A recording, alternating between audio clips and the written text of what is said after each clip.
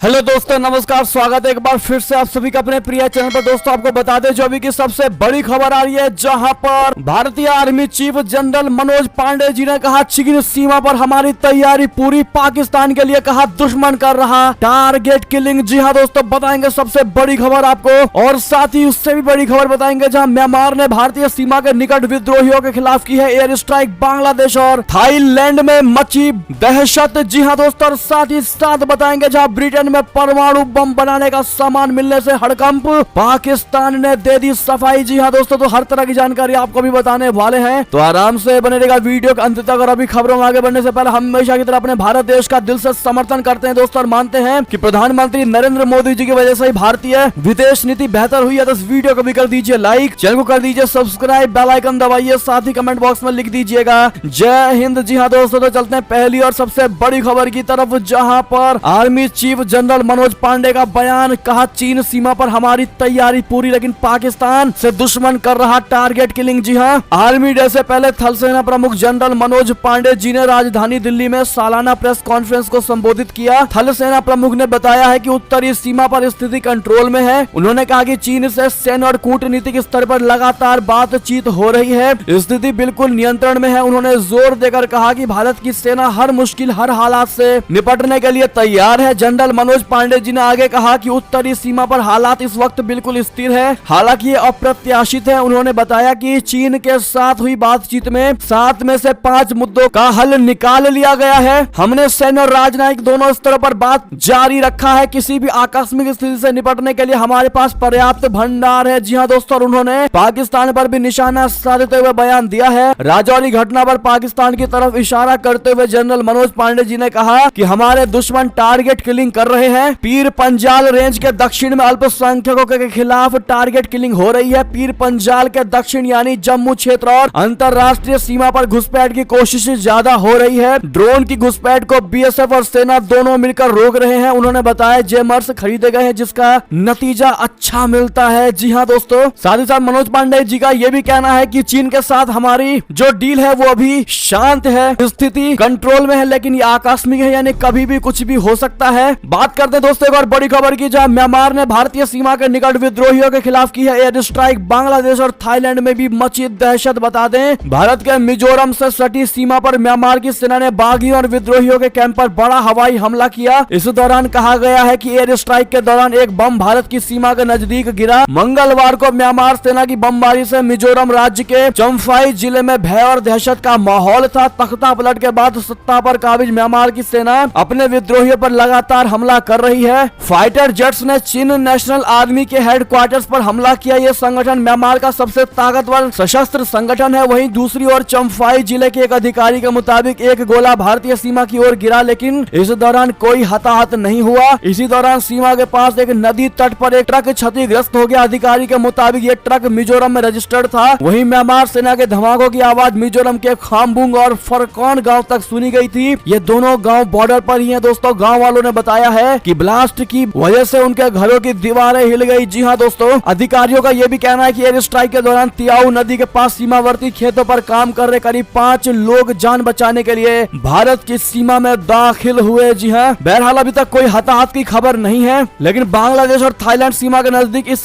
कार्रवाई की वजह से दोस्तों तनाव काफी बढ़ गया है। आगे क्या होता है ये देखने वाला होगा। हर अपडेट के लिए हमारे चैनल के साथ जुड़िएगा जरूर दोस्तों। चैनल को सब्सक्राइब जरूर कर लीजिएगा अगर चैनल पर नए हैं तो। बढ़ते हैं एक और बड़ी खबर की तरफ, जहां ब्रिटेन में परमाणु बम बनाने का सामान मिलने से मचा हड़कंप, पाकिस्तान ने दे दी अब ये सफाई। आपको बता दें लंदन के हीथ्रो एयरपोर्ट पर परमाणु बम बनाने में काम आने वाले खतरनाक यूरेनियम से भरा एक पैकेज पकड़े जाने से हड़कंप मच गया है। ब्रिटेन की मीडिया रिपोर्ट्स में पकड़े गए यूरेनियम को लेकर कहा जा रहा है कि इसे पाकिस्तान से भेजा गया है। मामले के तूल पकड़ने के बाद पाकिस्तान ने अपनी ओर से सफाई पेश की है। पाकिस्तान के विदेश मंत्रालय ने इस आरोप को पूरी तरह से खारिज कर दिया है। विदेश मंत्रालय की ओर से कहा गया है कि पाकिस्तान को लेकर जो रिपोर्ट्स में कहा जा रहा है वो सच नहीं है। पाकिस्तान के विदेश मंत्रालय की प्रवक्ता मुमताज जहरा बलोच ने कहा कि हमने मीडिया रिपोर्ट्स देखी हैं, हमें पूरा भरोसा है कि ये रिपोर्ट सच्ची नहीं है। विदेशी मंत्रालय की प्रवक्ता ने आगे कहा है कि ब्रिटेन की ओर से आधिकारिक तौर पर भी इस तरह की कोई जानकारी पाकिस्तान के साथ साझा नहीं किया गया है। जी हाँ दोस्तों, ऐसे में दोस्तों पाकिस्तान द्वारा दी गई सफाई क्या आपको भी झूठ लगती है? क्या आपको नहीं लगता कि पाकिस्तानी एक मात्र आतंकवाद संचालित देश है जहाँ पर आतंकवादियों को पाला जाता है। ऐसे में कोई और कंट्री पर ब्रिटेन को शक भी नहीं है दोस्तों,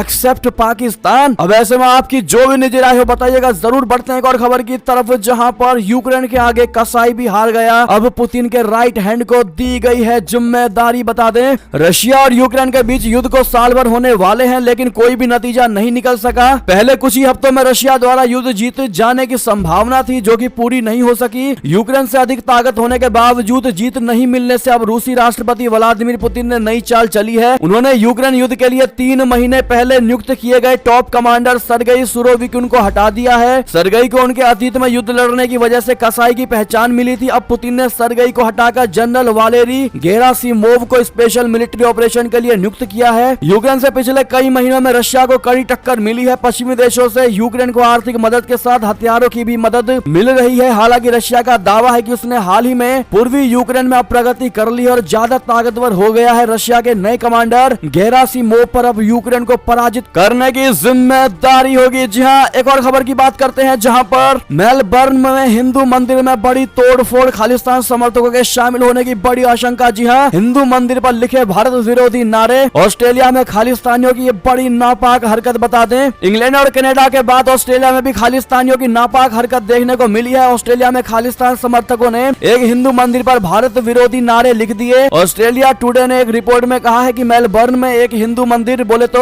BAPS स्वामी नारायण पर कथित तौर पर खालिस्तान समर्थकों ने हमला कर दिया और दीवार पर भारत विरोधी नारे लिख दिए। रिपोर्ट में कहा गया है कि प्रमुख स्वामी नारायण मंदिर मेलबर्न के उत्तरी उपनगर मिल पार्क में स्थित है। इसकी दीवारों पर हिंदुस्तान मुर्दाबाद लिखा गया है। हमले की निंदा करते हुए बैप्स स्वामी नारायण मंदिर ने कहा कि हम बर्बरता और घृणा के इन कृत्यों से बहुत दुखी और स्तब्ध हैं। हम शांति और सद्भाव की प्रार्थना करते हैं और आने वाले समय में एक विस्तृत बयान जारी करेंगे। रिपोर्ट में यह भी कहा गया है कि खालिस्तान समूह ने भारतीय आतंकवादी जनरल सिंह भिंडरावाले की तारीफ भी लिखी है। अलग खालिस्तान देश का सबसे बड़ा समर्थक रहा। भिंडरावाले को ऑपरेशनल ब्लू स्टार के दौरान सेना ने मार गिराया था। ऐसे में दोस्तों बड़ी ही स्तब्ध करने वाली ये घटना ऑस्ट्रेलिया के मेलबर्न से निकलकर सामने आया है। दोस्तों बहरहाल आपकी जो भी इस पर निजी राय हो बताइएगा जरूर। क्या भारत को तुरंत प्रभाव से इस पर एक्शन लेना चाहिए? दोस्तों देखते हैं क्या कहती है हमारी भारत की जनता। साथ ही साथ बात करते हैं एक और खबर की जहां भारत व अमेरिका व्यापार नीति फोरम की बैठक से कई उम्मीदें। पीयूष गोयल अमेरिका दौरे पर। जी हां, भारत अमेरिका व्यापार नीति फोरम की वॉशिंगटन में होने वाली अहम बैठक के दौरान ज्यादा प्रगति की संभावना नहीं है, लेकिन इससे व्यापार विशेषज्ञों को कई उम्मीदें हैं। उम्मीद यह है कि दुनिया के 2 सबसे बड़े लोकतंत्रों के बीच व्यापार वार्ता शुरू होगी। आप सभी को बता दें कि 2021-2022 में दोनों देशों के बीच द्विपक्षीय व्यापार 119.42 अरब डॉलर रह चुका है, जो 2020-21 में 80.51 अरब डॉलर था। वाणिज्य और उद्योग मंत्री पीयूष गोयल अमेरिका के आधिकारिक दौरे पर हैं। उन्होंने सोमवार को न्यूयॉर्क में निवेश और वित्तीय दिग्गजों के मुख्य कार्यकारी अधिकारियों के साथ कई बैठकें की। पीयूष गोयल वॉशिंगटन में अमेरिकी व्यापार प्रतिनिधि कैथरीन ताई की तरफ से आयोजित की जा रही 13वीं व्यापार नीति फोरम बैठक में भाग लेंगे। जी हाँ दोस्तों, बात करेगा और बड़ी खबर की जहां पर TTP को लेकर पाकिस्तान और अफगानिस्तान के बीच तनाव भारत के लिए क्यों हो सकता है बड़ा खतरनाक। दरअसल भारत का मानना है कि तहरीके तालिबान पाकिस्तान बोले तो TTP या पाकिस्तानी तालिबान पर पाकिस्तान और अफगानिस्तान के बीच बढ़ता तनाव नई दिल्ली के लिए खतरनाक साबित हो सकता है। पाकिस्तान और अफगानिस्तान की जर्जर हो चुकी अर्थव्यवस्था से इसकी संभावना और बढ़ जाती है। शीर्ष स्तर के अधिकारियों ने ABP लाइव को बताया है कि इससे यह क्षेत्र से फिर से आतंकवाद का केंद्र बन सकता है। तालिबान ने अगस्त 2001 में काबुल पर कब्जा कर लिया था। उस वक्त से ही TTP को लेकर इस्लामाबाद और काबुल के बीच बढ़ते तनाव भारत की नजर है। भारत के राष्ट्रीय सुरक्षा तंत्र में शामिल एक अधिकारी ने ABP लाइव को बताया है कि नई दिल्ली का हमेशा से यह विचार रहा है कि अगर इस मुद्दे को गंभीरता से नहीं लिया गया तो आतंकी संगठन खुद को फिर से मजबूत बना लेंगे। सूत्रों का यह भी कहना है कि इसी वजह से संयुक्त राष्ट्र सुरक्षा परिषद का 1 महीने के लिए अध्यक्ष बनने पर काबुल के तालिबान के कब्जे में आने के कुछ दिनों के भीतर ही भारत को अफगानिस्तान पर UNSC संकल्प